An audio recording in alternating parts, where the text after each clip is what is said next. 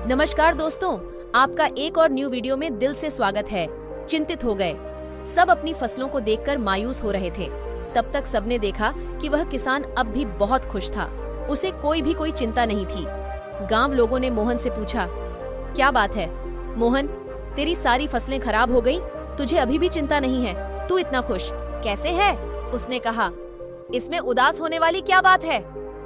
उसने कहा, चिंता छोड़ दो भाई, हमेशा मस्त रहना सीखो, हंसते रहना सीखो।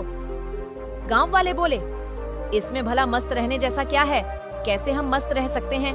हमारे तो नुकसान हो गया, फसलें खराब हो गई, अब हम क्या खाएंगे, अपना जीविका कैसे चलाएंगे, और इसमें भला हम कैसे मस्त रहे? अब तू ही बता, क्या तुझे कभी किसी बात की चिंता नहीं होती? तू हमेशा खुश कैसे रह लेता है? उसने कहा, अरे भाई चिंता छोड़ो, मस्त रहना सीखो। उसने कहा, ठीक है, लेकिन मस्त रहने के पीछे वजह भी तो होनी चाहिए, हमें तो चिंताएं हो जाती हैं। उसने कहा, हर चीज की चिंता, जिम्मेदारियों को चिंता, हम बच्चे तो रहे हैं कि हमेशा खुश रहे, 15 साल के बाद उनको भी चिंताएं घेर लेती है। अब तो चिंता ही चिंता है, मेरे बच्चों को पढ़ाई की चिंता है, उनके करियर की चिंता है, उनके फ्यूचर की चिंता है, मुझे उन बच्चों की खाना पीना और बाकी सारी घरेलू चीजों की चिंता है। तो भला इंसान को कैसे खुश रहे? उसने कहा, खुश रहना एक कला है और मस्त रहना अपने आप में यह सोच है। गांव वालों ने बोला, तो क्या तुम हमें यह कला सिखा सकते हो कि हम भी हमेशा खुश और मस्त कैसे रह सकते हैं? उसने कहा, हाँ, मैं तुम्हें एक मजेदार कहानी सुनाता हूँ, ध्यान से सुनो। बचपन की बात है, मैं अपने पिता के साथ एक बार जंगल के रास्ते से शहर जा रहा था, क्योंकि हमें फसलों को बेचनी थी। क्योंकि उस समय मेरे पिताजी काफी परेशान रहते थे, घर में बिल्कुल भी धन नहीं था। अब तो फसलों को बेचना ही आखिरी हल था। जंगल जाते जाते शाम हो गई और जंगल में काफी अंधेरा हो गया, रास्ता तो दिख नहीं रहा था। उस दिन भी ऐसे ही आंधी आई थी। तब तक हमारी बैलगाड़ी का पहिया जमीन में धंस गया और हम वहीं फंस गए। पापा ने पहिया बहुत निकालने की कोशिश करी, लेकिन वह निकला ही नहीं। अंत थक गए, हम हार गए, हमें कोई रास्ता नहीं दिखाई दिया। अब हम भूख प्यास से परेशान होने लगे और हमें डर लगने लगा। मैंने कहा, पापा मुझे बहुत डर लग रहा है। पापा ने कहा, चिंता की कोई बात नहीं, मैं तेरे साथ हूँ, तू क्यों चिंता कर रहा है? लेकिन उनके कहने से मुझे कोई असर नहीं हुआ और मैं डरने लगा, क्योंकि जंगल के बहुत आवाज आ रही थी और वह जंगल बहुत ही वीरान था। पापा ने कहा, डरते नहीं है। काफी प्रयास करने बाद हमने फैसला किया कि आज रात हम यहीं बिताएंगे। सुबह जैसी होती है फिर हम बैलगाड़ी को निकालने की कोशिश करेंगे, फिर देखते हैं क्या कैसे करना है। लेकिन बात सुबह की नहीं थी, बात ये थी कि आखिर अब रात को खाएंगे क्या, क्योंकि हमारे पास जितना भोजन था हमने रास्ते में खत्म कर दिया था। हम दोनों बैठकर कुछ सोच ही रहे थे, तभी एक कुटिया दिखाई दी जिसमें से प्रकाश की रोशनी आ रही थी। पापा ने बोला, तुम यहीं पर रुककर आराम करो, मैं अभी कुछ देखता हूँ, शायद कोई मदद के लिए उपाय मिल जाए। पापा फिर चले गए और मैं वहीं पर बैठ के डर के मारे रोने लगा। काफी देर बाद पापा एक महात्मा के साथ आते हुए दिखाई देते हैं। वह महात्मा बड़े ही दिव्य दिख रहे थे। फिर हम तीनों ने मिलकर जोर लगाया और बैलगाड़ी का पहिया उस गड्ढे से बाहर निकाल दिया और हमारी बैलगाड़ी बाहर निकल गई। पापा ने उस महात्मा का धन्यवाद किया और हम लोग आगे चल पड़ी। उस महात्मा ने हमें कुछ खाने को भी दिया था। मैंने पापा के हाथ में एक कागज देखा। मैंने पूछा, वह क्या है? लेकिन पापा ने उसके बारे में कुछ भी नहीं बताया। अब हम आगे भारत चले। पापा ने बताया नहीं कि महात्मा ने हाथों में क्या दिया था। मैंने उनसे फिर पूछा कि पापा हाथ में क्या है? उन्होंने बोला, कुछ नहीं है, ये तेरे काम की चीज नहीं है। धीरे धीरे काफी समय गुजर गया और हम निकल गए। काफी वक्त गुजर जाने के बाद मैंने पापा से पूछा, पापा उस पत्र में ऐसा क्या था कि जो आप मुझे बताते नहीं हो?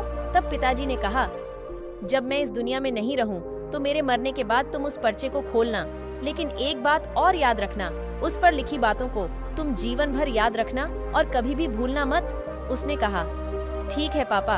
अब काफी समय गुजर गया। गांव के लोगों ने मोहन से पूछा, वह सब तो ठीक है, लेकिन हमें चिंता क्यों ना हो? हमें तो चिंता होगी ना, हमारी फसलें खराब हो गई। मोहन ने कहा, क्या क्या तुम फसलों को ठीक कर सकते हो? उसने कहा, नहीं। मोहन ने पूछा, क्या तुम दिन को रात बना सकते हो? उसने कहा, नहीं। उसने पूछा, क्या तुम हवाओं को रोक सकते हो? उन्होंने कहा, नहीं। उसने फिर पूछा, क्या तुम बारिश करवा सकते हो? सबने कहा, नहीं भाई, नहीं, हम कुछ। तो तुम भला चिंता करके क्या पाओगे? सारे किसान सोच में पड़ गए कि यार बात तो सही कह रहा है, इसमें भला ज्यादा चिंता करके क्या होगा? तब मोहन ने कहा, जब हमारे हाथ में कुछ है नहीं तो फिर हम चिंता कर क्या करेंगे? इसीलिए मस्त रहना सीखो और मस्त रहने की आदत डालो, तभी तुम्हारे जीवन में खुशियाँ आएंगी। तब सब किसान ने कहा, लेकिन उस पत्र में ऐसा क्या लिखा था? क्या तुमने पिता के जाने के बाद उसे खोलकर नहीं देखा? उसने कहा, हाँ, पिता के मरने के बाद मैं बहुत अनाथ हो गया था। कुछ भी अच्छा नहीं चल रहा था। मुझे कोई रास्ता नहीं दिख रहा था कि अब मैं क्या करूं, क्योंकि उस टाइम मेरे पास कोई रोजगार नहीं था और मुझे यह खेती काम इतने अच्छे से आता नहीं था। तभी मेरे दिमाग में आया कि उस पत्र को मैं खोलकर देखूं कि इसमें ऐसा क्या लिखा है। फिर मैंने जब उस पत्र खोला तो मेरी आंखें खुली की खुली रह गई। सबने पूछा, ऐसा क्या था? उस पर्चे में हमें भी बताओ।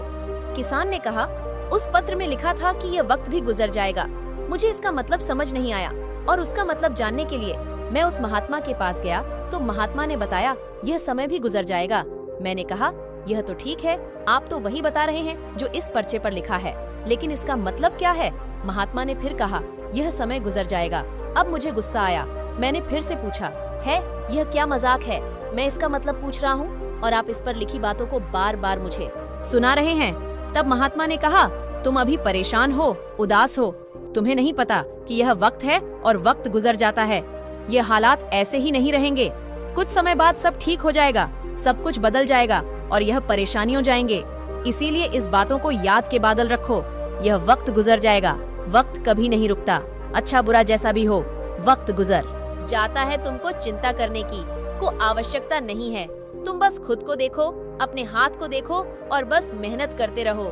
धीरे धीरे वक्त जैसा भी हो, समय बदल जाता है। गौर से देखो, तुम्हारे हाथ में कुछ भी नहीं। तुम बेमतलब में फालतू की चिंताएं कर रहे हो, फालतू की मुश्किलों को और बड़ा बना रहे हो, जो किसी भी तरह से हल नहीं होने वाली। वक्त अपने आप गुजर जाता है, इसीलिए जो तुम्हारे हाथ में है ही नहीं, उससे भला चिंता करके क्या मिलने वाला। इंसान को चाहिए कि वह सब्र रखें हर वक्त में, हर परिस्थिति में, क्योंकि जिसके पास सब्र नहीं वह कभी भी चैन से जीवन जी ही नहीं सकता। चैन से जीवन जीने के लिए इंसान के अंदर सब्र का होना जरूरी है, और सब्र तभी आता है जब इंसान इस बात को याद रखेगा कि वक्त गुजर जाएगा। तब से मेरी जिंदगी बदल गई और मैं इस बातों को जीवन भर के लिए याद करके रख लिया। अब जो कुछ भी होता है मैं चिंता नहीं करता, बस मेहनत करता रहता हूँ, कोशिश करता हूँ चीजों को ठीक कर सको। लेकिन जो मेरे हाथ में है ही नहीं, मैं उसको चिंता करके भला क्या करूँ? इसीलिए मैं अब मस्त रहता हूँ और लोगों से यही कहता हूँ कि मस्त रहो, ज्यादा चिंता मत करो और ज्यादा सोचो मत। जीवन चल रहा है, जीवन गुजर रहा है और जीवन गुजर जाएगा। दोस्तों, आज के लिए बस इतना ही।